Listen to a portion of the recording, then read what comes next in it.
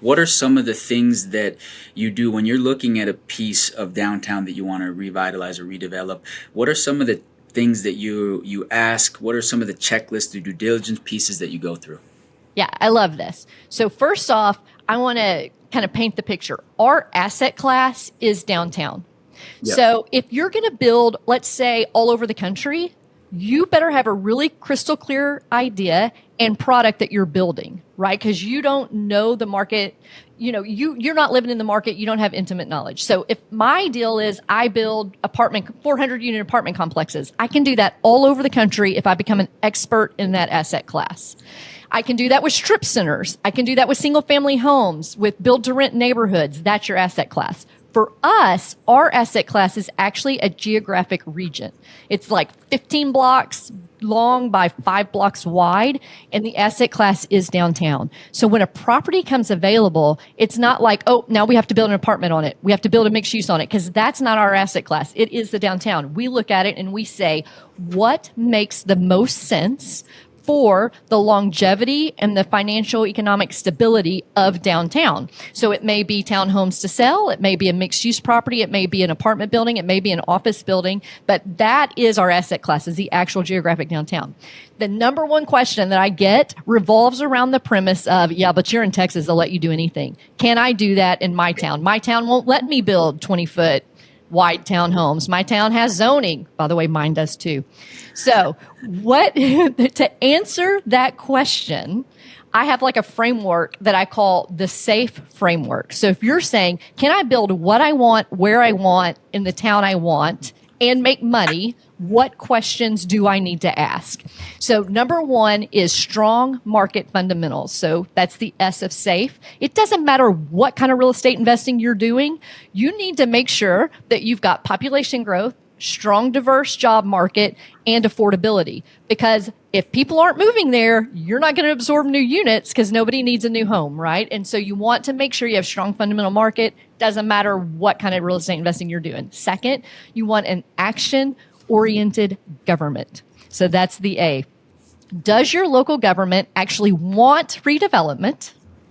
And are they taking action? All of them are going to tell you they want it. All of them are going to tell you there's a housing shortage. Very few of them actually will take action to let you build stuff to help solve the problem. So don't trust their words, look for their actions. So ways that you can look for their actions is like in your downtown. It doesn't have to be a downtown. It could just be a revitalizing area, wherever that is in town.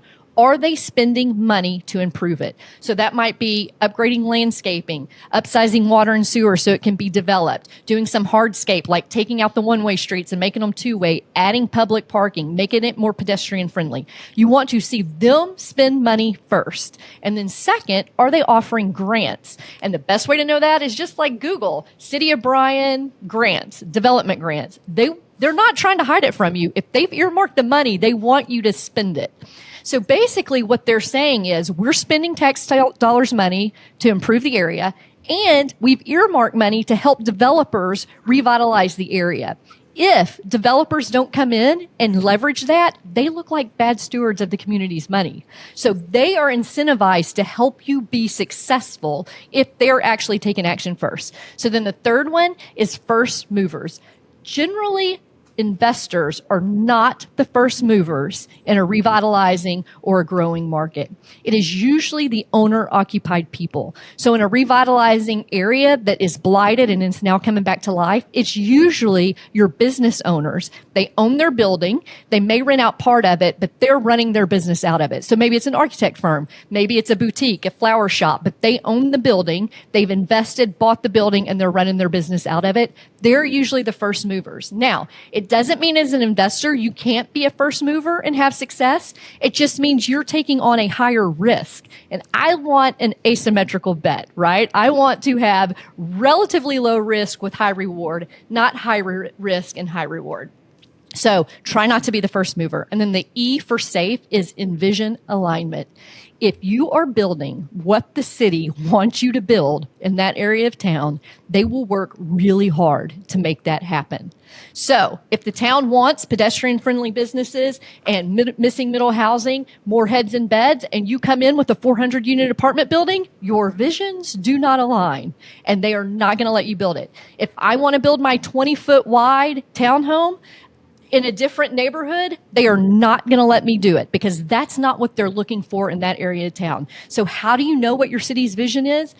Every jurisdiction does a 20-year comprehensive plan. So Google it. City of Bryan, master plan, comprehensive plan. It'll be way more pages than you want to read. What you're looking for is the area of town that you want to build in. And they will tell you what their vision is for that area. If your visions don't align, they are definitely going to be your enemy because they are trying to prohibit what you're wanting to do. So don't try and show the city that you're smarter than they are. Try and find a city where your visions actually align because it's hard enough to work with them when you're both pulling in the same direction.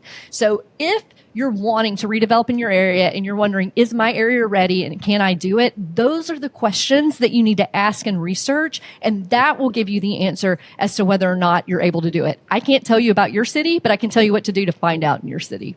I love it. I love it. So the SAFE framework is 1, strong market fundamentals, 2, action-oriented government, 3, first mover. You don't want to be the first mover, right? So check on the first movers.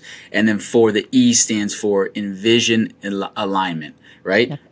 I love it. I love the SAFE framework. I think that that's a really, really good framework. And it just allows you to, if you're in an area, like you said, it allows you to quickly have these data points on whether or not you should be going after spending energy and time into whether or not that's going to work out. So I really, really think that that's a great framework. And thanks for sharing it. I got good notes on that one.